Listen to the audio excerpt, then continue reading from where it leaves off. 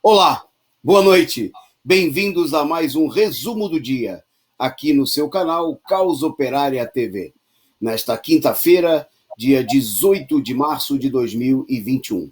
Destaques no nosso programa de hoje: a morte do senador golpista Olímpio, Major Olímpio, os ataques desesperados de Bolsonaro, chamando Lula de bandido, mostrando aí o quanto incomoda a presença na situação política do ex-presidente Lula, a explosão da revolta no Brasil, primeiros sintomas, saque de supermercados aqui em São Paulo. No Paraguai, o povo se revolta contra a rejeição do impeachment do presidente direitista e incendeia, depois de forte de repressão e tiros da direita, incendeia a sede do Partido Colorado do presidente Benítez. Nós vamos falar desses dados, vamos falar da situação da Covid no Brasil, que domina a situação política. Bom, e vai ter muito mais por aqui no seu Jornal da Noite da Causa Operária TV. Conosco para discutir e apresentar as notícias da noite, o companheiro Tiago Pires. Boa noite, Tiago. Boa noite, Toninho. Boa noite, Isaías. Boa noite, companheiros aí que estão nos acompanhando e os que vão nos acompanhar. Ok, vou falar então aí, aproveitando a saudação do Tiago, mandar um abraço para os amigos internautas que já estão conosco aqui no nosso canal, no chat da Causa Operária TV no YouTube, o Orlando Andrade, o Felipe Riso, muita gente que já estava antes aqui participando aí, acompanhando a nossa programação de agora à noite da Causa Operária TV. Bom, o Leon Trotsky está entre nós, Jesus era humano também, né? Um programa eclético que reúne Jesus, Trotsky, o Daniel Santana, o Eugênio Dias, né? Também participando por aqui, Hernandes Menezes, o Samuel Salimem, né? Bom, a todos vocês que estão conosco aqui presentes, agradecendo aí a participação de vocês, em nome desses que eu saudei aí, nosso boa noite a todos vocês que nos assistem, aqueles também que vão nos assistir durante a madrugada, no dia seguinte, porque o nosso programa, como os demais programas aqui da Causa Operária TV, ficam à sua disposição para você acessar os arquivos e assistir a hora que você entender, a hora que melhor lhe convier. Então, pedindo a você que compartilhe, né, o link aqui do nosso programa, do nosso canal, aí nas redes sociais, no WhatsApp, no Telegram, no Twitter, no Facebook. Então, que vocês que ainda, se por acaso você não está inscrito no nosso canal, que já tem mais de 90 mil inscritos, né, clique aqui do lado do sininho, logo embaixo da tela, faça a sua inscrição. E se você não é membro, né, torne-se membro, contribua regularmente com a Causa Operária TV, dê a sua contribuição para sustentar essa imprensa combativa, revolucionária e independente. E sendo membro ou não, né, você pode também mandar aí a sua contribuição instantânea, né, o super chat, clicando aqui no cifrãozinho logo embaixo da área de conversa aqui no YouTube. Tem um microfone aberto aí que está dando eco. Na hora que não estiver falando, melhor desligar. Saudar aí o Fernando dos Santos Silva, Sem Chance, Fabiano Proletário, que também estão por aqui, o Compa 29. Então, boa noite a todos vocês. Já agradecendo aí a Andréia Paula Cagliani Noble, que mandou aí a sua figurinha simpática, seu sticker com a sua contribuição. Sigam aí o bom exemplo da Andréia e contribuam com a gente para sustentar esse canal independente, sem rabo preso, com os capitalistas, com os exploradores do povo. Vamos lá, vamos à luta, vamos para a nossa pauta que está bastante repleta no dia de hoje, um dia movimentado, e uma notícia de agora, do começo da noite, o presidente do Banco Central, do Banco do Brasil, André Brandão, pediu demissão, né, depois do fechamento do mercado. Tem a imagem dele aí que a produção separou para a gente, e é a nona baixa na chamada equipe estratégica, que os analistas da própria imprensa capitalistas consideraram ser a equipe estratégica de Paulo Guedes, né? O Banco do Brasil divulgou uma nota, né, como obrigação das empresas de sociedade aberta, sociedade anônima, né? E o anúncio foi feito agora, então, no começo da noite. Antes dele, né, a mais recente saída de um membro do grupo ligado aí ao ministro da Economia foi do secretário de Gestão e Desempenho de Pessoal do Ministério da Economia, o Wagner Lenhart, né? Ele ficou no posto, o André Brandão, que agora está demissionário, e deve sair até o dia 1º de abril, permaneceu no posto aí por cerca de 6 meses, depois aí de ter de atritos com o presidente Jair Bolsonaro, quando lançou aí um plano de fechamento de cerca de 200 agências do Banco do Brasil e a demissão de mais de 5.000 trabalhadores. A público veio que o presidente Bolsonaro não tinha concordado com as medidas. Na realidade, elas causaram aí muitas manifestações contrárias, né? O Banco do Brasil, que é um patrimônio do povo do Brasil, brasileiro, o mais antigo banco do país e o principal banco público, né? E o Brandão é o segundo presidente do banco a deixar o cargo no governo Bolsonaro, né? Em julho do ano passado saiu Rubem Novaes. Também no dia de hoje, o Banco Central informou a saída da diretora de Assuntos Internacionais e Riscos Corporativos, a Fernanda Neschel, né? Bom, então a lista, a imprensa está dando divulgação aí, que tem uma lista muito grande, né? Chega-se a falar, além desses 9 cargos considerados estratégicos da equipe do Guedes, de que seriam 16 o total de assessores do ministro da Economia que teriam já deixado o governo. Bom, está mostrando aí, na realidade, é resultado do acentuamento da crise econômica, a disputa que se verifica aí no interior da própria burguesia pela condução da entrega, né, da dilapidação da economia nacional. Ela é protagonizada também, tem disputa, obviamente, no interior dos altos escalões do governo, né, para ver quem leva adiante a política de devastação econômica, né? Ontem nós falamos aqui da elevação da taxa de juros, né, de 2 para 2,75, uma elevação, portanto, de 37,5%, né?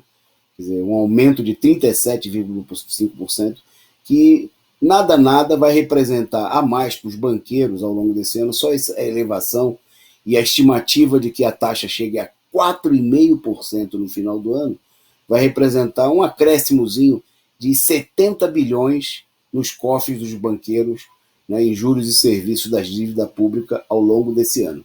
Quer dizer, é um mar de dinheiro, né, uma devastação, não tem dinheiro para a população. No programa de hoje nós vamos falar, por exemplo, do auxílio emergencial. Para isso, não tem dinheiro, a grana é curta, é uma miséria a proposta pelo governo para milhões de pessoas. Mas, na área econômica, a discussão é em torno dos bilhões, né, aí na mão dos banqueiros.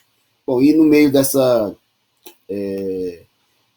situação, fica aí a onda de incerteza e muita expectativa entre os chamados analistas dos mercados, né, que nada mais são do que os porta-vozes dos interesses poderosos dos setores financeiros e dos especuladores, sobre o que vai acontecer amanhã, como o mercado vai reagir, quais serão as oscilações, já que o André Brandão era tido aí como uma pessoa ferrenha defensora do processo de privatização e dilapidação do Banco do Brasil, né? Ele levou adiante a política aí de fechamento de agências, de planos de demissão voluntária, que nada menos são do que proposta de assédio, de pressão sobre os trabalhadores para que eles peçam demissão, né, para facilitar o caminho de dilapidação da empresa, como vem acontecendo, não só no Banco do Brasil, mas também na Caixa Econômica Federal, na Petrobras, os Correios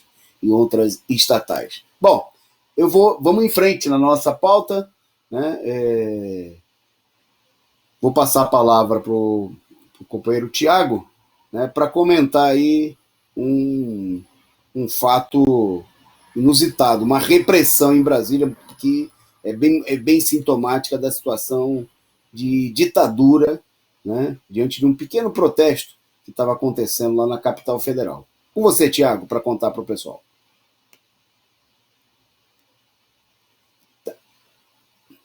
Tava sem som aqui, perdão.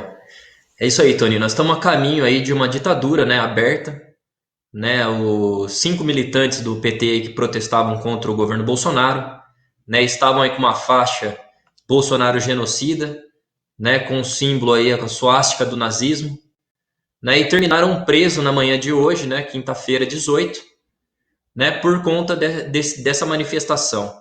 É importante destacar, Toninho, que a esquerda aí apoiou diversas medidas antidemocráticas, né, foi a favor da lei da fake news na internet, apoiou a censura aí dos monopólios dos monopólios da internet aí, das redes sociais, né, apoiou aí a prisão do deputado bolsonarista a mando do STF, né? E como a gente sabe, né, pau que bate em Chico também bate em Francisco, né? A gente teve o caso do jovem aí de 24 anos que por conta de um Twitter também foi preso, né? Teve o pedido da prisão do humorista aí de extrema direita Danilo Gentili também pelos deputados por deputados aí da direita, né? E teve outros casos aí que aconteceram também, né? Então isso demonstra que a gente de forma alguma pode defender essas medidas antidemocráticas, né? A gente tem que se posicionar contra essa lei que é uma herança da ditadura e de forma alguma aí defender a censura, né? Temos que defender a liberdade de expressão, né? Nada de liberdade de expressão com restrição, porque liberdade de expressão com restrição é censura, é uma ditadura. É isso, Toninho.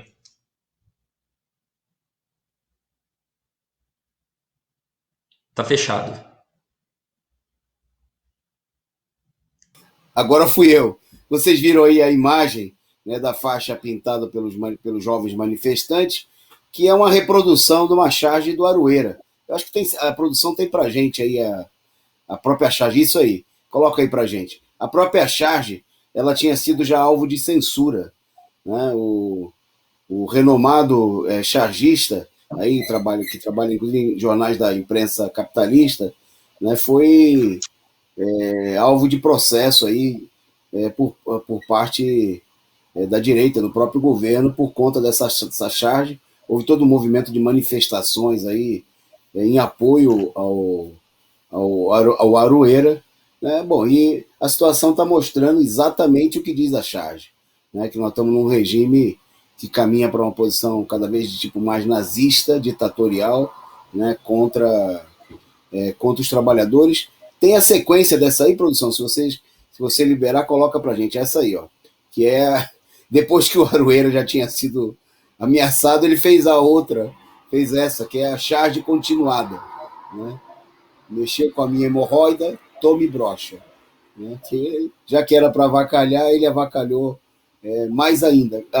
O Bira, na realidade, essa aí foi o Bira, né, o Bira Dantas, que fez para apoiar a iniciativa do Aroeira, né? Muitos artistas, Chico Buarque e outros, se manifestaram, né, à época contra essa, que é uma política criminosa, né, que se manifestou aí no campo das artes, mas como o Tiago destacou aí, vem crescendo. Ontem nós tivemos aí, parte da política repressiva. Ontem nós destacamos aqui o Jornal do Interior de São Paulo, né, que foi incendiado, um ataque ao jornalista que vinha criticando aí a posição negacionista de setores da extrema-direita, e teve aí a gráfica do jornal, que inclusive era embaixo da sua casa, né, incendiada, né, quase aí levando à morte, porque o jornalista acordou no meio da madrugada com a família, com o local lá da gráfica, da sede do jornal, em chamas. Bom, vamos em frente então na nossa pauta. Por falar em direita, falar em ditadura, vamos falar agora da morte por Covid do senador Major Olímpio, que teve morte cerebral anunciada na tarde de hoje. Bom, nós vamos ser breves, né? A gente não comemora a morte de ninguém, né? Mesmo dos elementos mais escrotos da direita, né? Mas essa imagem aí, ela é bem significativa porque nesse momento tem toda uma demagogia e a gente vê nesse momento até setores da esquerda que são dados a fazer esse tipo de coisa, de limpar a ficha de verdadeiros vigaristas, né, da direita quando eles morrem. Essa cena aí é do dia da posse do ex-presidente Luiz Inácio Lula da Silva, quando ele foi nomeado para o ministério da presidenta Dilma, né, no gabinete, chefia do gabinete civil, né, cargo que a direita, num golpe, impediu que ele tomasse posse. E o Major Olímpio estava lá, né, atacando Lula e a presidenta Dilma, e nesse momento aí ele começou a gritar, fazer escândalo na posse, dizer que era uma vergonha, e aí você vê aí uma militante do PT contendo aí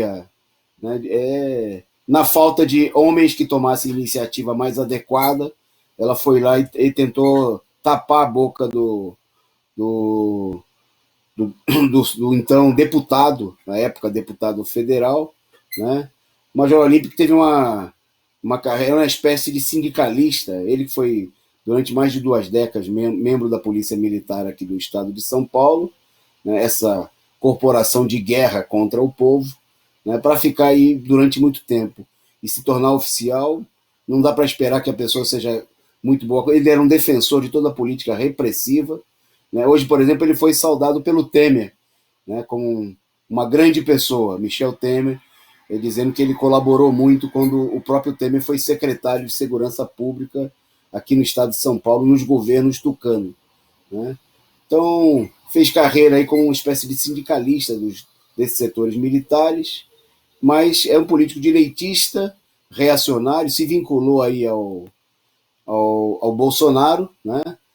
Sendo eleito aí na fraude. Ele participou de uma eleição em 2016, teve coisa de menos de 2% dos votos, né?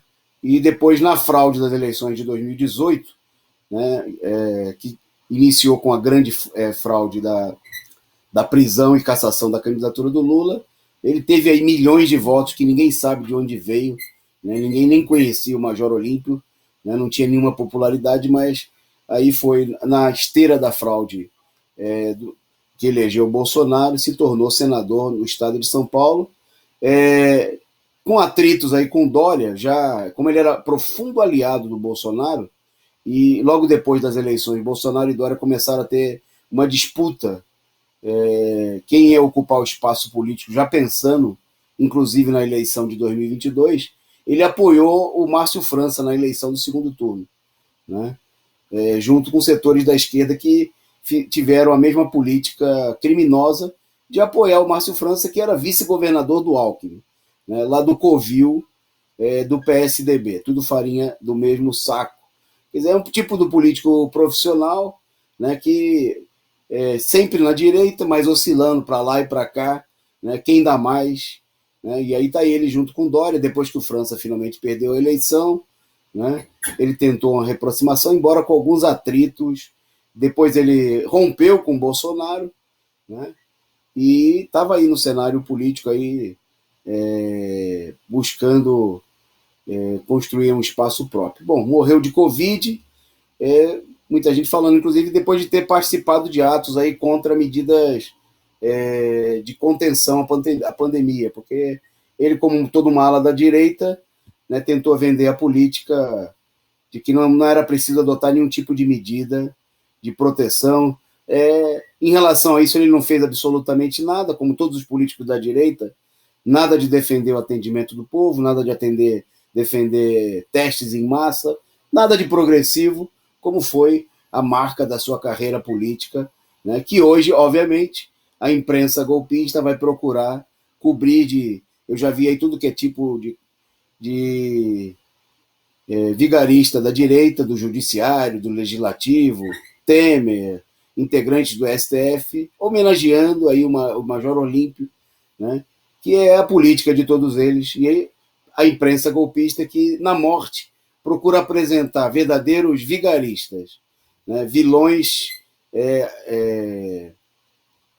algozes do povo, né, como sendo pessoas que tiveram uma vida em defesa dos interesses da população.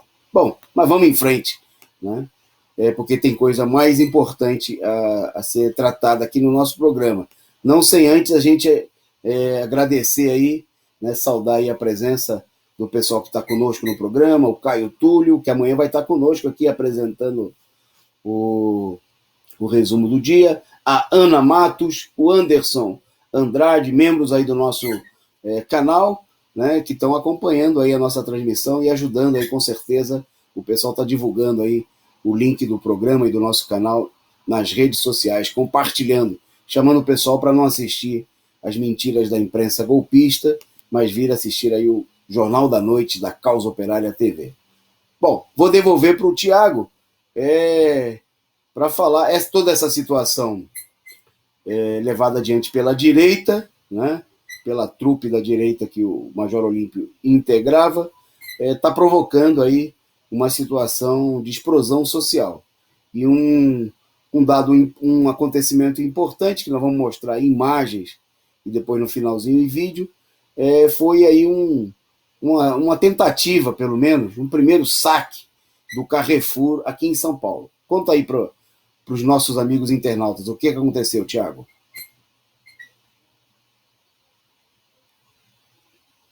Então, na noite de ontem, né, quarta-feira, 17, aconteceu aí o primeiro saque ao supermercado, né? Jovens aí de periferia levaram aparelhos eletrônicos, né, celulares, computadores, televisões, essas coisas, né?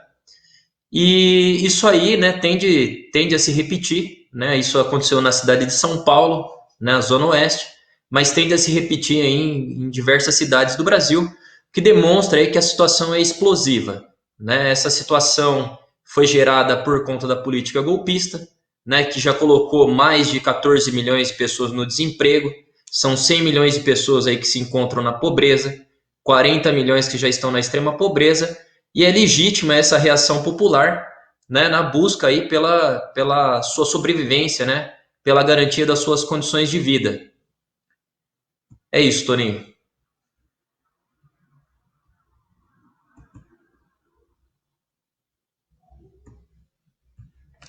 Tá mudo, Toninho. Parece que tem um vídeo que a produção selecionou para a gente. Se tiver disponível, pode soltar. Beleza, produção, pode mandar.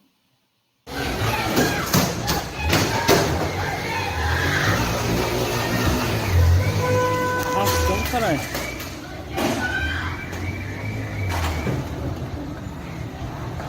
Arrastão, caralho.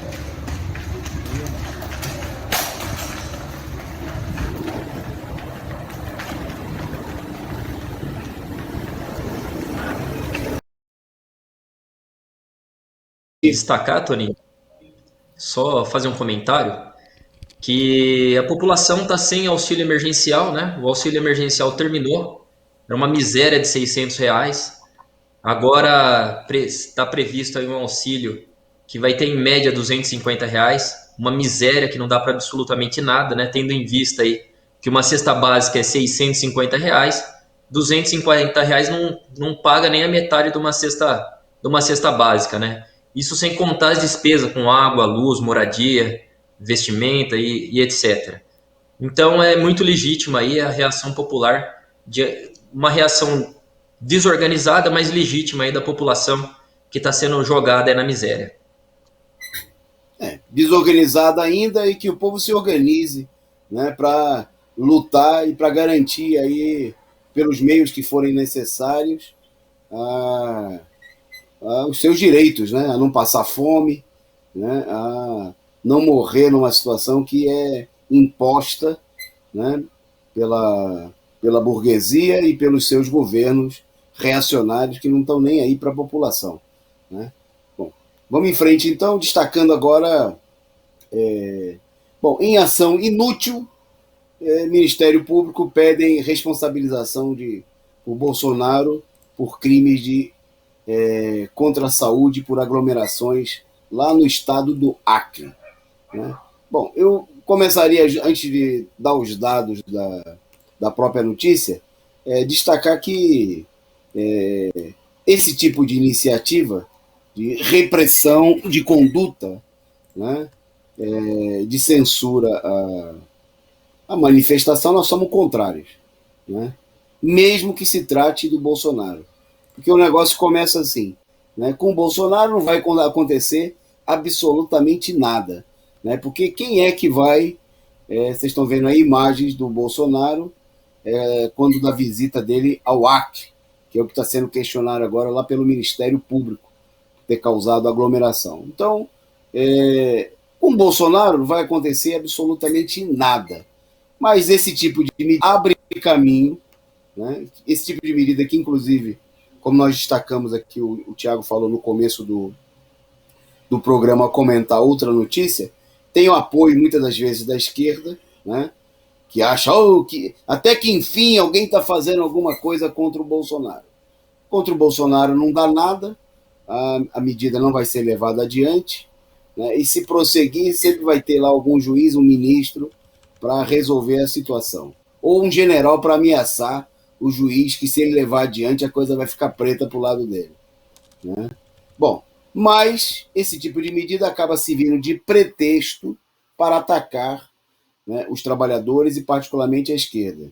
Quando, por exemplo, os trabalhadores fizerem uma manifestação contra o desemprego, contra o auxílio emergencial miserável, em defesa da candidatura do Lula, aí vai vir o Ministério Público, vai vir todo mundo e aí vai valer, né, de que não pode aglomerar, de que não pode fazer protesto, de que não pode fazer manifestação, etc, etc, etc.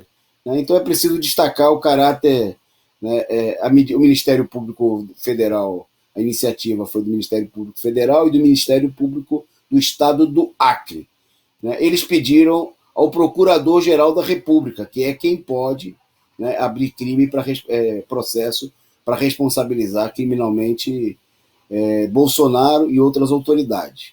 O Procurador-Geral é o Aras, né, o amigão do Bolsonaro, né? Então a gente já sabe aonde que vai parar isso daí. Vai parar na lata do lixo, né? Não vai dar em nada, né? E o Aras vai ficar esperando a hora que o Ministério Público acionar, né, o Aras e outros procuradores reacionários, Dallagnol e assemelhados, na hora que for o povo, na hora que for a esquerda, na hora que forem os sem terras, né? O Bolsonaro faz isso daí, não acontece nada, e nós aqui queremos dizer que nós somos contrário que aconteça, né? Nós somos contrário que, seja lá quem for, né, nós temos uma posição de princípios que não se modifica de acordo com a pessoa que está sendo acusada, né? Da mesma maneira que nós defendemos o direito do sem terra, do bancário, do operário metalúrgico, do petroleiro, dos professores se manifestarem, né, da maneira que eles bem entenderem, nós defendemos aí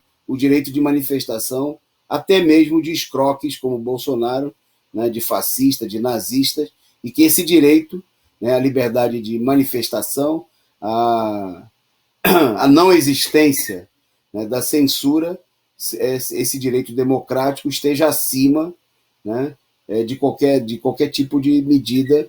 E também esse tipo de pedido é para tentar reforçar aí a autoridade, né, do Judiciário, do Ministério Público, cuja autoridade a gente já viu para o que foi usada, né? Foi usada aí para levar o país para o caos, para o retrocesso, né? Como inclusive o Tiago e a Lília mostraram ontem no programa Análise Sindical, né, o relatório apresentado pela CUT e pelo Diese, mostrando que a Lava Jato provocou ao país um prejuízo de 172 bilhões em investimentos perdidos, mais de 4 milhões de desempregados, né, de desemprego causado diretamente pela Lava Jato, né? Então a gente sabe reforçar a autoridade da direita golpista, do judiciário, do Ministério Público, é uma política com a qual os trabalhadores nada têm a ganhar.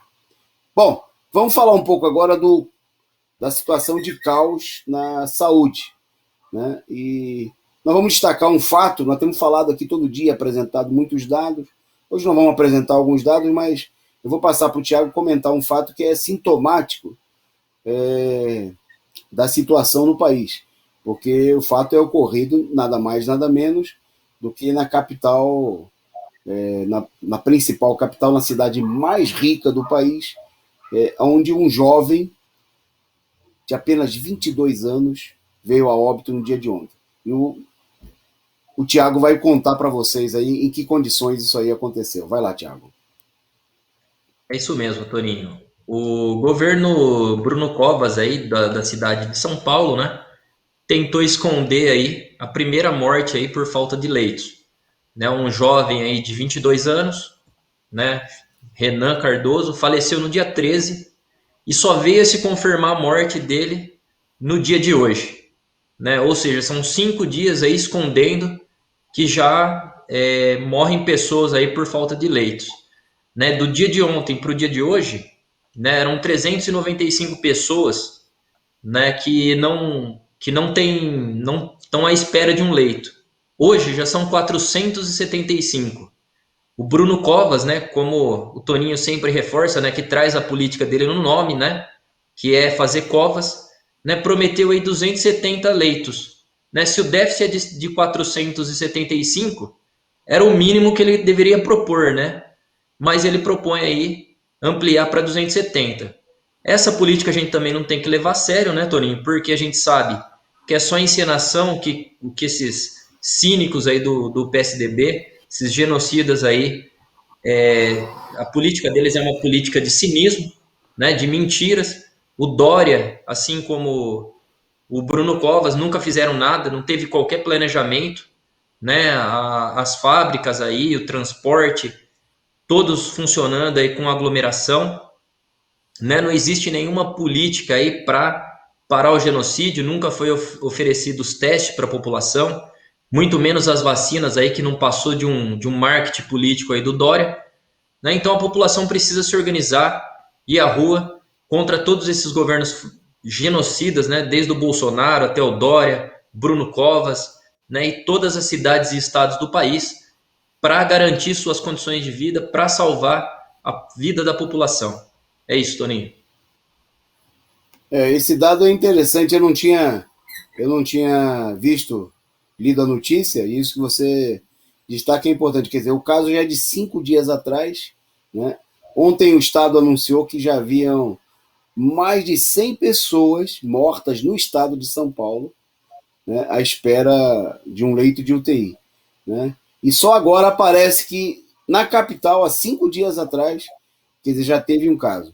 E um outro dado apontado no dia de hoje importante é que a fila em São Paulo, na capital, né, de ontem para hoje cresceu aí, passou de 395 para 475 pessoas esperando uma vaga, um leito para ter tratamento de Covid.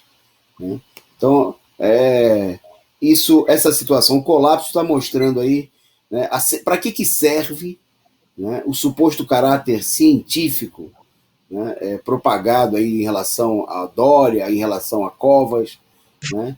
Eu lembro sempre aqui que o Covas, eu lembro de um balanço apresentado lá pela Globo News na eleição, no final da eleição, e se dizia que o Covas foi eleito porque ele era um gestor eficiente na questão da pandemia.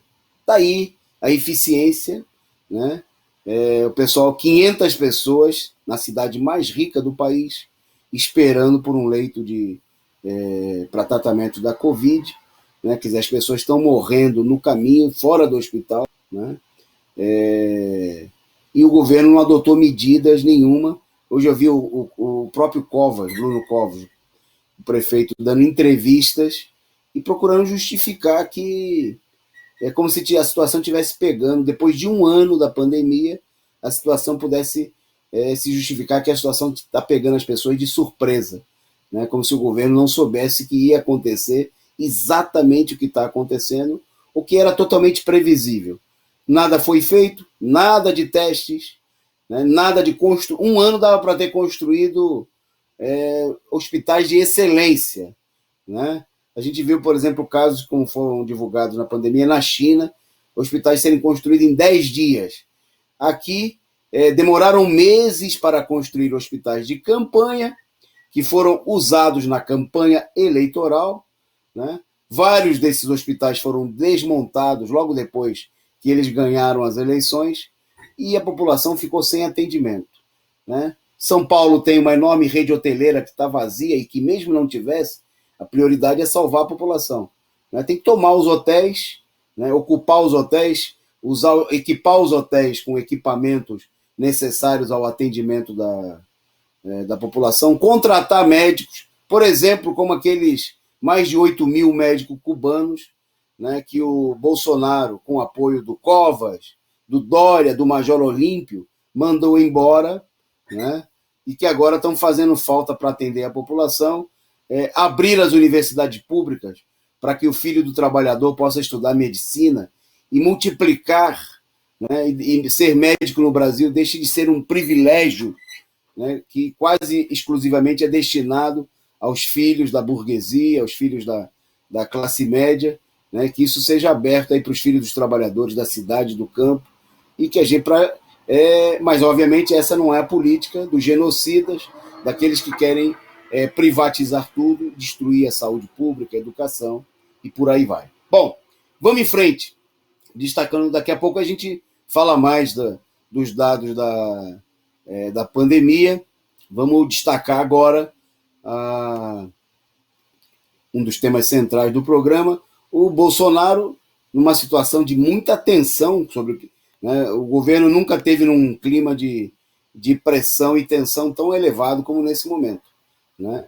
É o descontrole da crise econômica, né, o que faz aí o governo receber pressão de todos os lados dos capitalistas, é a pressão da pandemia, né, que embora o governo minta e oculte escancaradamente, com o apoio de todos os governos estaduais, os dados reais sobre a pandemia, só em números oficiais, nós vamos ver daqui a pouco, nós estamos se aproximando dos 290 mil mortos, né? Isso sem considerar aqueles que não foram testados e que não são computados como deveriam, né? O que elevaria aí essa marca em pelo menos mais 50%, né? Segundo um conjunto de estudos dos órgãos mais competentes em torno do assunto. Bom, no meio de toda essa pressão, vendo aí os seus amigos passarem por apuros, como o caso do presidente do Paraguai, que nós vamos falar daqui a pouquinho, a ex-presidenta da Bolívia, golpista, que foi presa, né, diante da vitória da esquerda nas eleições e da crise que continua na Bolívia. Bom, hoje o Bolsonaro, no meio de toda essa pressão, perdeu mais uma vez o rebolado e resolveu partir para cima do Lula, né, mostrando aí que o Lula é um problema central para ele e para toda a burguesia no meio dessa situação. Então, a declaração, vou ler aqui a declaração do Bolsonaro. Um ministro do Supremo, disse o Bolsonaro, deu elegibilidade para um dos maiores bandidos que passou pelo Brasil. Alguns falam, o Supremo aí. Foi um ministro, mas falam o Supremo, absolvendo o Lula. Pessoal, uma coisa apenas. Se eles, delatores, entregaram mais de 2 bilhões de reais, é porque eles roubaram. Roubaram de quem? Não foi de uma empresa privada, ninguém, foi de uma empresa pública. Só isso aí é suficiente. Vocês desculpem que eu posso ter lido mal, mas não é porque o Bolsonaro fala mal assim mesmo, né? Então, eu procurei ser fiel, porque o texto, a colocação às vezes é meio...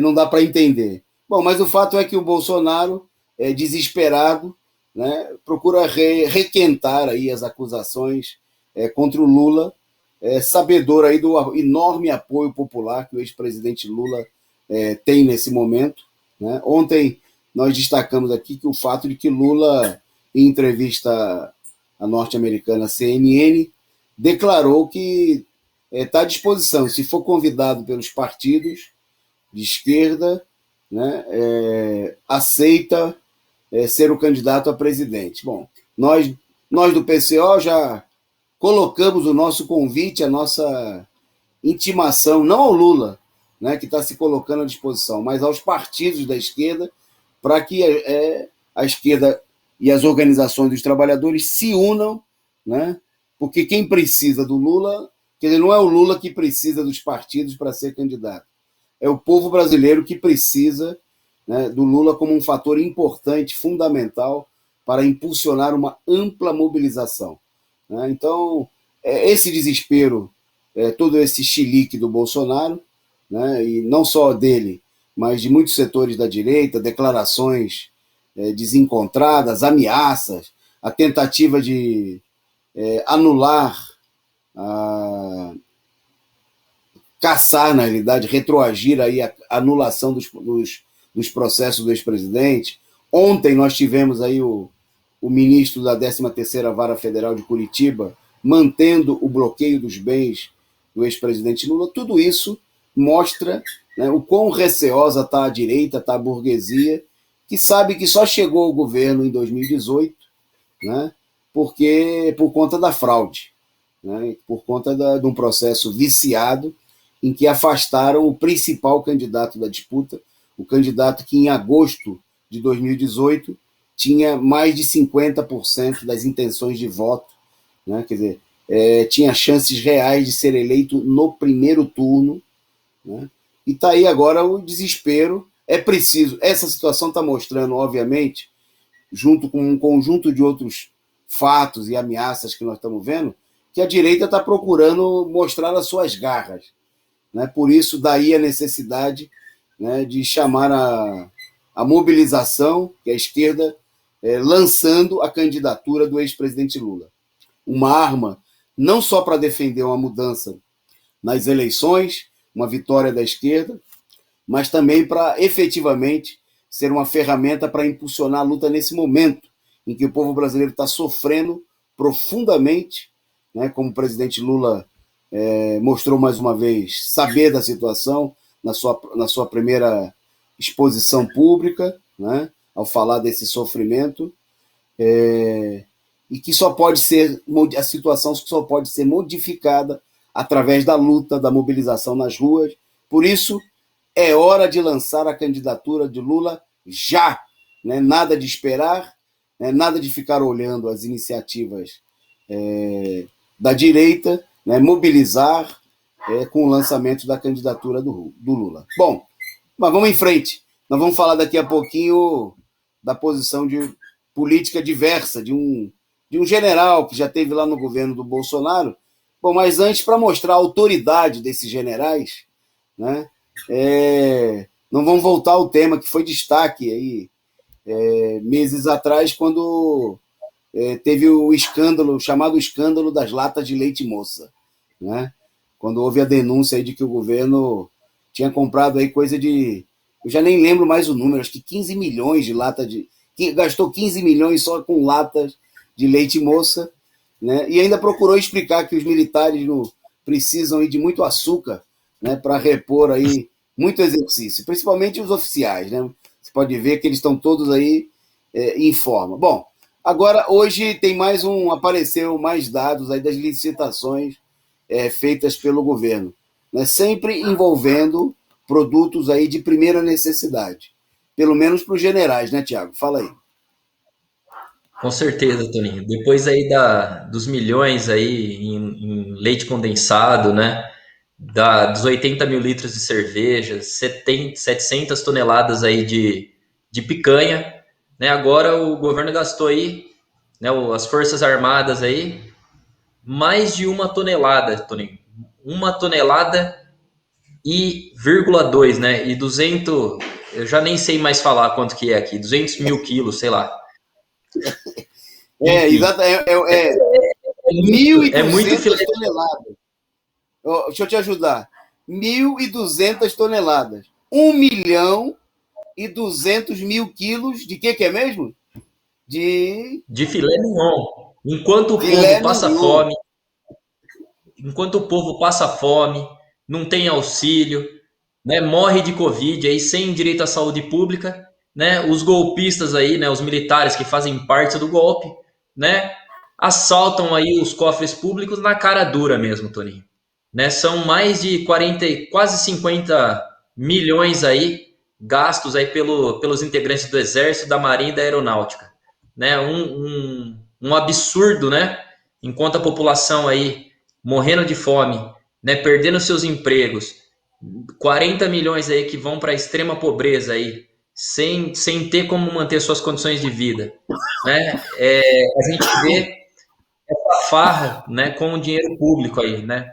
Eles dizem que gastaram em filé mignon, né, Torinho? Mas a gente sabe que eles estão assaltando os cofres públicos aí.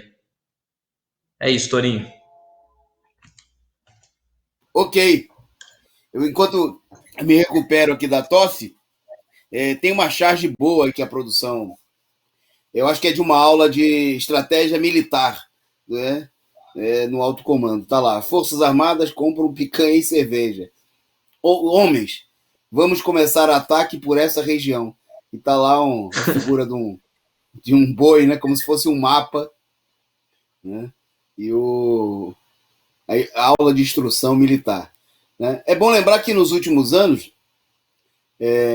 os chefes das Forças Armadas chegaram a anunciar que tinha uma crise no Exército e estavam dispensando os recrutas na hora do almoço, para não ter gastos com alimentação, para reduzir os gastos com alimentação nos quartéis. Mas parece, né, que tem gente comendo bem, né, toneladas de bacalhau, de picanha, de filé mignon, e salmão, e etc. e tal. Quer dizer, enquanto provavelmente os soldados, assim como a imensa maioria do povo brasileiro, né, comem ração quando tem o que comer, né, tem gente aí tirando proveito, né, e essa aí é a moralidade, a sua falsa moralidade, né, dos milicos que tomaram conta do governo. Hoje tem a maior parte dos ministérios, mais de 13 mil militares nomeados em cargos de confiança do governo Bolsonaro, né, é o partido dos militares tomando conta da situação e fazendo a farra, literalmente a farra do boi. Né? Bom, no meio dessa situação, um importante general, ativo participante do golpe de Estado, do alto comando militar, ele que integrou inclusive o governo Temer, o Santos Cruz, né, general Carlos Alberto Santos Cruz, saiu aí a fazer campanha em torno da política defendida aí pelas principais setores, pelas principais forças da burguesia. O general Santos Cruz, ele não é que ele está estreando agora nesse métier, né? Ele foi frequente aí nos atos, nas atividades promovidas pela Frente Ampla, né? A Frente Ampla defendida pelo PSOL, do Boulos, pelo PCdoB, pelos setores da direita do PT, convidaram aí mais de uma oportunidade aí o general que teve aí comandando as tropas brasileiras genocidas lá na ONU, né? E ele foi um dos articuladores do golpe de Estado e integrou o governo Temer. Bom, e ele, depois de integrar também o governo Bolsonaro, ele atuou como ministro lá do gabinete, lá do Palácio, eu esqueci agora o cargo que ele ocupou. No governo, ele foi secretário nacional de Segurança Pública do Michel Temer, e depois ministro-chefe da Secretaria de Governo, uma secretaria importante, lá do Palácio do Planalto, do governo Bolsonaro. Né, e saiu lá no meio de 2019, por divergência, supostamente, que foi apresentado, atritos aí com o círculo mais restrito do Bolsonaro, os olavistas, os familiares do Bolsonaro. Bom, pois bem, o que ele está fazendo agora? Ele saiu aí a fazer a pregação de que o centro precisa encontrar um candidato alternativo entre o Bolsonaro e o Lula. Né? Nas palavras do próprio general, aspas, tenho sido claro em dizer que o Brasil não merece ter que optar entre dois extremos, já conhecidos, viciados e desgastados. Ambos os extremos do nosso espectro político são exatamente iguais na prática e não servem para o Brasil. Bom, é bom lembrar, né, que, obviamente, a pregação do general aí, ela se deve única e exclusivamente à presença do Lula no cenário político, né? Quando se tratou de eleger o Bolsonaro, o general e toda essa corja que agora procura se apresentar como defensora de um centro, de um novo centro político, estavam lá, né, de mãos dadas e de garras afiadas para defender a eleição fraudulenta do Bolsonaro, né, a prisão do Lula que garantiu essa eleição. Bom, e agora estão aí as vivandeiras do golpe, né, os defensores da política que levaram, que executaram, que tramaram, né, junto com o imperialismo, a derrubada da presidenta Dilma, a prisão, a condenação e a prisão ilegal do ex-presidente Lula, e agora estão aí de novo armando, fazendo uma pregação, né? Você vê que uma própria ala dos militares aí, precisa ver qual a relevância, vamos ver mais na frente os desdobramentos dessa situação, mas mostrando um esforço de todo um setor da burguesia, né, para procurar constituir uma alternativa. Na realidade, é uma alternativa principalmente ao Lula, né, porque o grande temor deles é que o Bolsonaro não vai dar conta dessa situação, né? Não dá conta nem de impor a política que amplos setores da direita gostaria que ele implementasse, de ataques ainda mais ferozes contra o povo, né? E também não dá conta de derrotar eleitoralmente a esquerda, principalmente, né, se o candidato for Luiz Inácio Lula da Silva. Bom, vamos lá, vamos em frente, avançando na nossa pauta, diante dessa situação toda de crise, crise na saúde, genocídio, fome, desemprego, um problema mais do que necessário é a mobilização da classe trabalhadora. Bom, e aí veio da Central Única dos Trabalhadores, aí tem um chamado, mas eu vou passar primeiro para o Tiago comentar aí o que é esse chamado e se é um chamado efetivamente de luta, se é para uma mobilização efetiva. Com você, Tiago. Então, Toninho, teve um fórum, né, das centrais sindicais, né, se reuniram aí lideranças de todo o país e decidiram aí para a próxima quarta-feira, dia 24, né, realizar um lockdown dos trabalhadores. Né? O que seria esse lockdown dos trabalhadores? Né, segundo o pronunciamento aí do presidente da Central Única dos Trabalhadores, Sérgio Nobre, o lockdown, né, de pelo menos 24 horas é para os trabalhadores ficarem em casa, né, é um dia de reflexão, né, porque nós estamos chegando aí a 300 mil mortos, né, e que se até o próximo inverno não tiver 80% da população vacinada, né, o país vai ser um caos. Né? Essa política aí já é conhecida, né? A gente está acompanhando aí desde quando atacaram os direitos trabalhistas, né? Olha, se atacar os direitos nós vamos botar fogo no país, aí faz paralisação de um dia, se atacar a Previdência nós vamos botar fogo no país, aí para mais um dia, e fica essa encenação, né, Toninho? Né? Ao invés de levar adiante aí uma luta verdadeira, uma greve aí de todos os setores que estão sendo atacados, né? Todo mundo que está perdendo seus empregos, né? Assim como a Ford fez, a Renault fez, uma série de empresas fizeram, o Banco do Brasil está fazendo, a Petrobras aí está sendo esquartejada, né?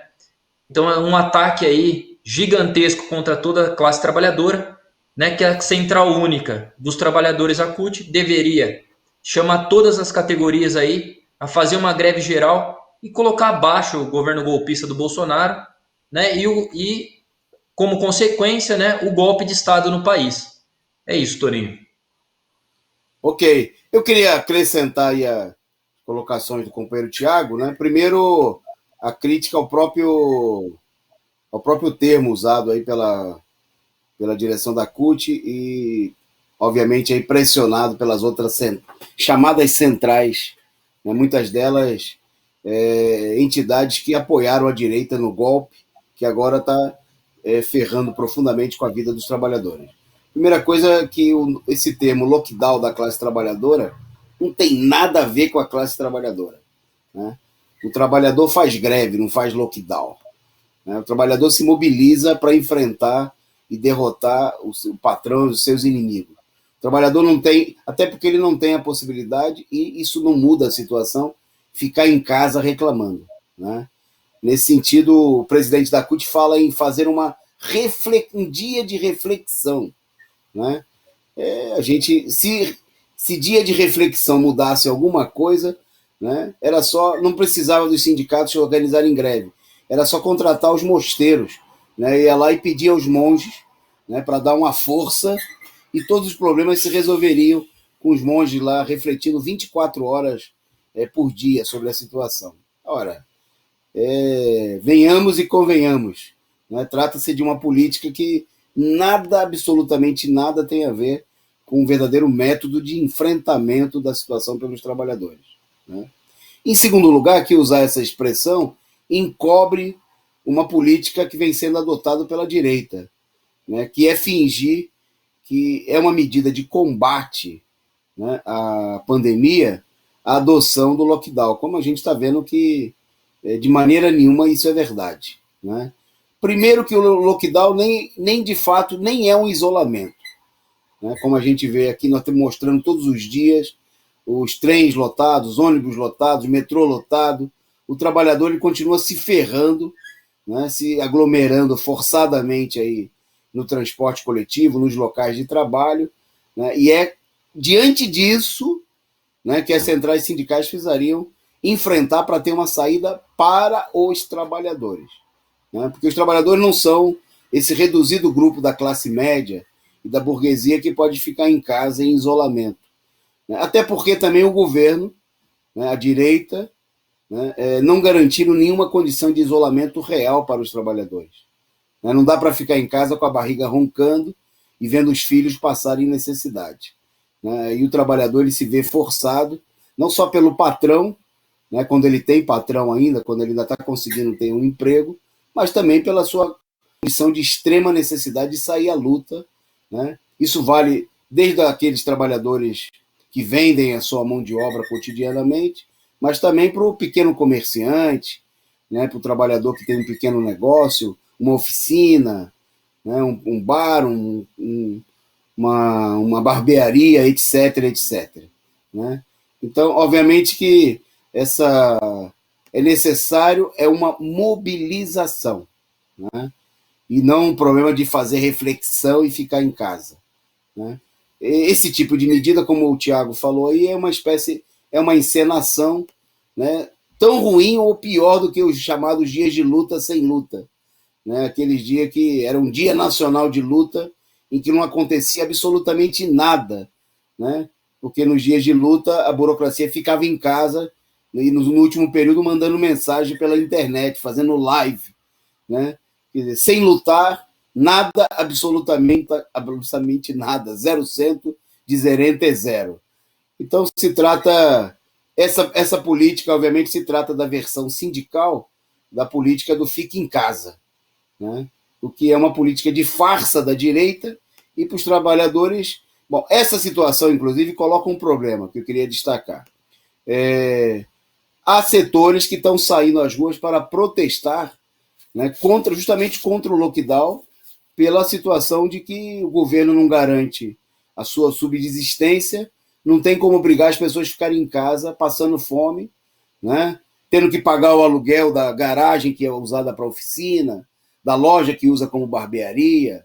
Né, e a CUT, né, enquanto uma organização, a maior organização dos trabalhadores do país, ao invés de procurar unificar uma mobilização dos trabalhadores empregados, desempregados, dos pequenos comerciantes, dos pequenos proprietários, quer dizer, uma grande mobilização, não, ignora essa situação e acaba fazendo coro, né, só para chamar a atenção, porque hoje mesmo o prefeito de São Paulo anunciou aí nos próximos dias um pequeno lockdown, vai decretar feriado por 5 dias em São Paulo.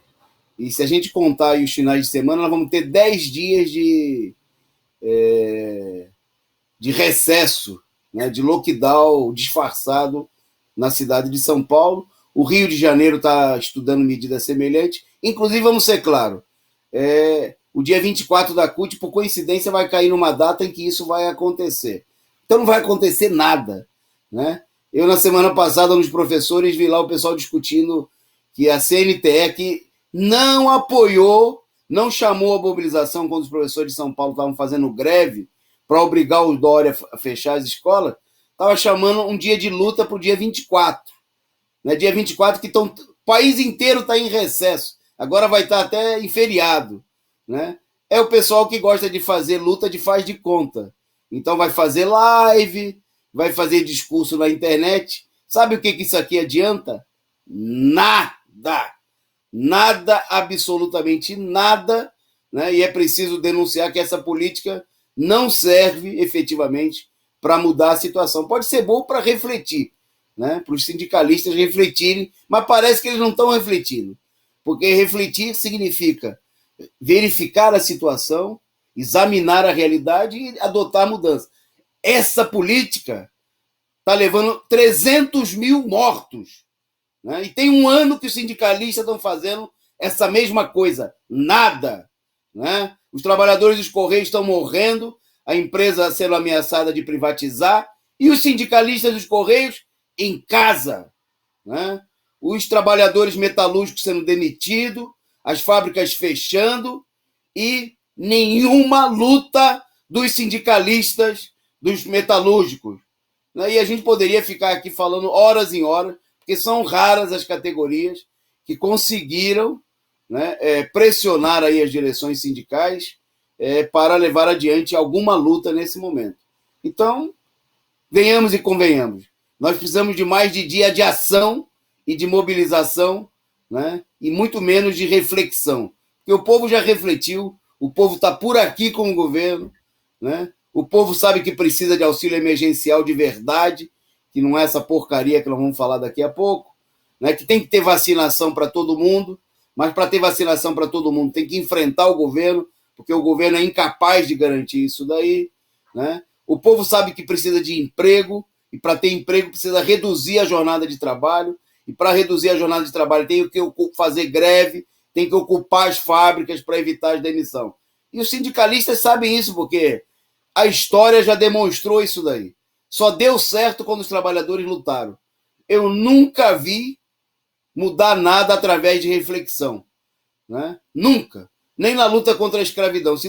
Se os negros, ao invés de lutar, não tivessem armado os quilombos, não tivessem tacado fogo nos canaviais, cortado o pescoço, né, de um monte de branco escravagista, não tivessem lutado, feito os protestos, eu e o Tiago e muita gente ainda estaríamos andando aí tomando chicotada todo dia para ser obrigado a trabalhar mais escravos do que nós somos hoje em dia.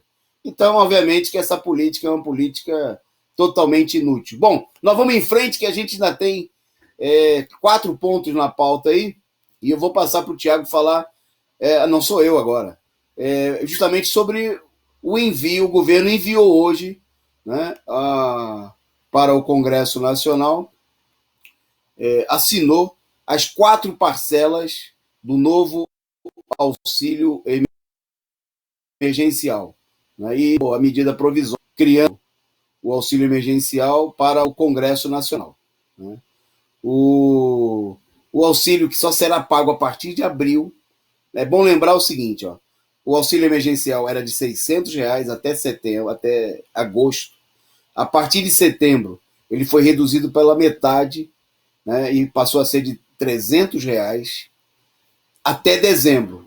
Em dezembro, a partir de dezembro, os trabalhadores, em janeiro, os trabalhadores já não receberam mais nada. Quem recebeu porque tinha uma sobra do ano passado. Né? Em janeiro já não tinha mais auxílio emergencial nenhum.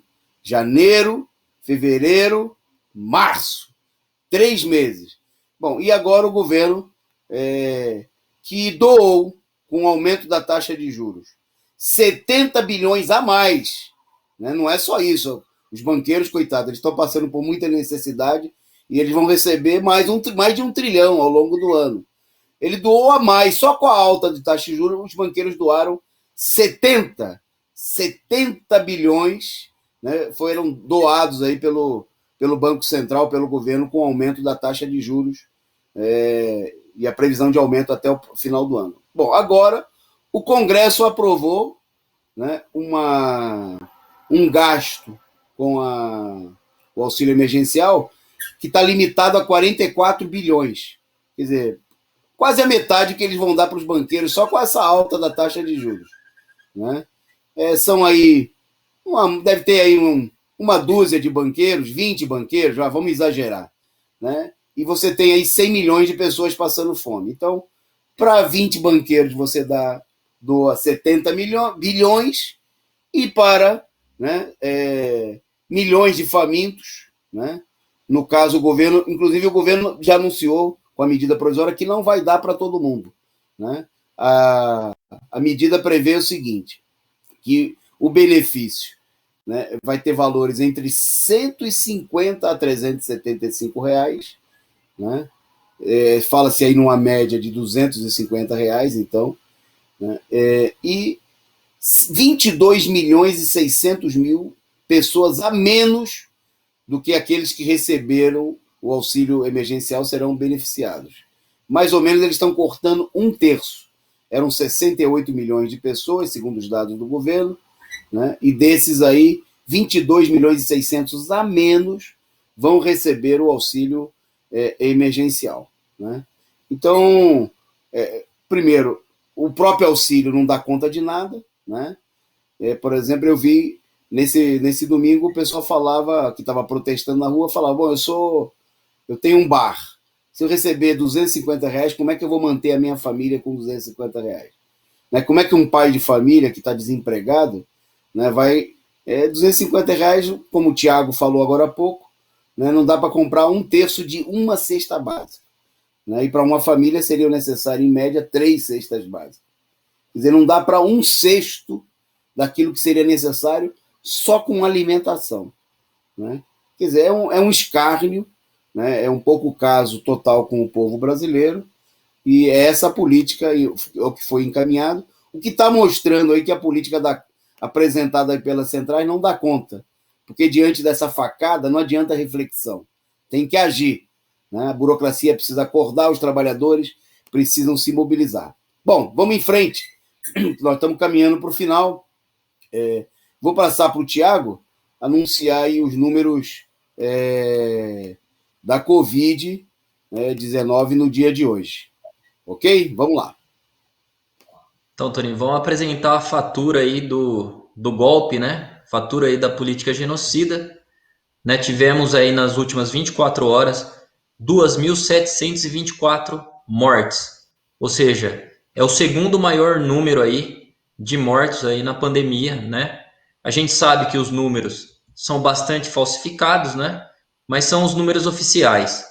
Né? Nas últimas 24 horas, a gente teve aí quase 87 mil pessoas, né, infectadas, né? Foram 86.982, né? E os casos aí, né, em números absolutos, já estão beirando aí os 12 milhões, né? Nós estamos com 11.780.820 pessoas infectadas.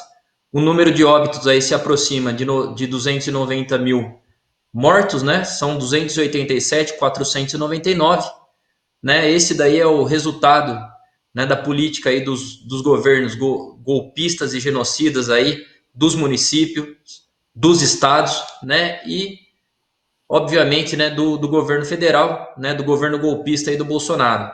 Né? Não planejaram absolutamente nada, não disponibilizaram testes para a população, não compram as vacinas que a população precisa, né? E esse é o resultado aí, né, dessa política, né, genocida desses golpistas, Tony.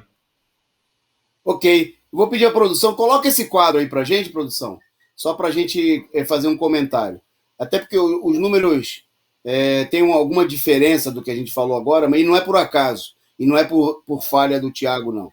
É que esses aí são os números apresentados de agora à noite pela imprensa golpista e junto com um consórcio feito às secretarias de saúde. Todo dia o número é diferente. Divulga um número à tarde, o Ministério da Saúde, outro número à noite, o número nunca bate, mas eles são próximos, né? Porque um reforça a mentira do outro, né? Se um divulgasse que é 400 mil mortos e outro 280, ficava estranho. Então eles mentem de maneira aproximada, né? Um dia um passa na frente, outro dia o outro, mas o fato importante, né, que o Tiago aí já... A média está subindo 47%, a média de mortos dos últimos 7 dias, né?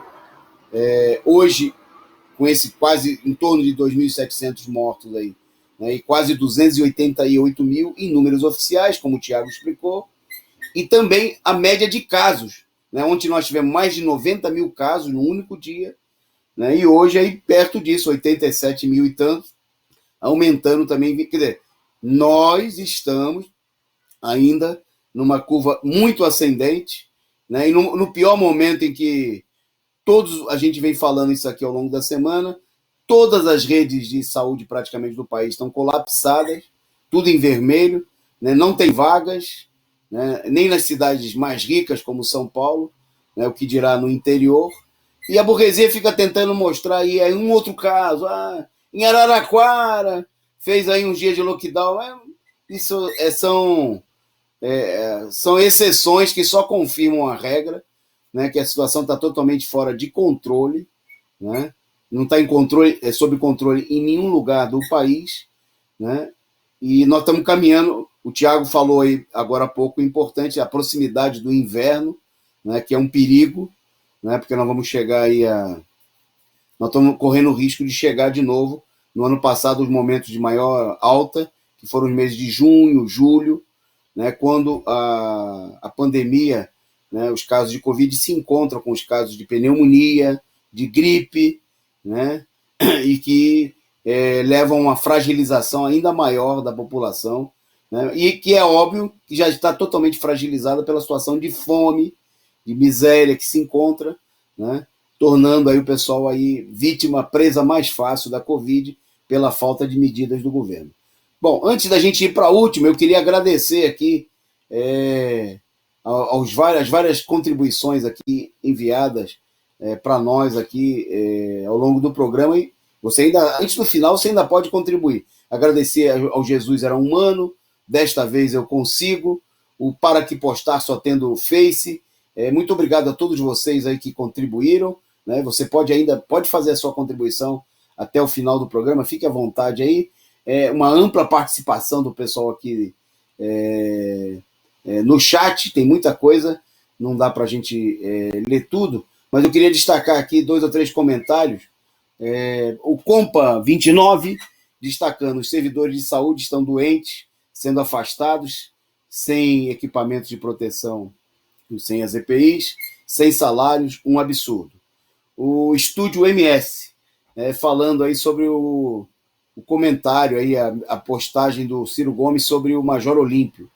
Lamento o falecimento do Major Olímpio. Dele se podia discordar, mas fui testemunha de sua coragem e espírito público. A coragem deve ser para ofender o Lula, a Dilma, né? Nisso aí o Major Olímpio, né, como todo covarde, naquele momento golpista, se mostrou bastante para apoiar o golpe. Bom, agradecer a todos vocês aí participando conosco no chat, né? Com mensagens, com contribuições, e pedir a você que continue participando e mandando a sua contribuição e participando aqui da programação do nosso canal. Bom, para encerrar, a última do dia, mas muito importante,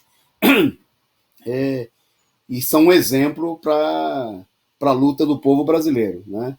No dia de ontem, foi votado, depois que a notícia só entrou depois que a gente já tinha encerrado a nossa edição de ontem, mas ontem foi votado, né, no Paraguai, o pedido de impeachment do presidente Benítez, né, Mário Abdo Benítez, que é chapa do Bolsonaro, né, direitista, né, inimigo do povo, não quer saber de vacinação, né, da população.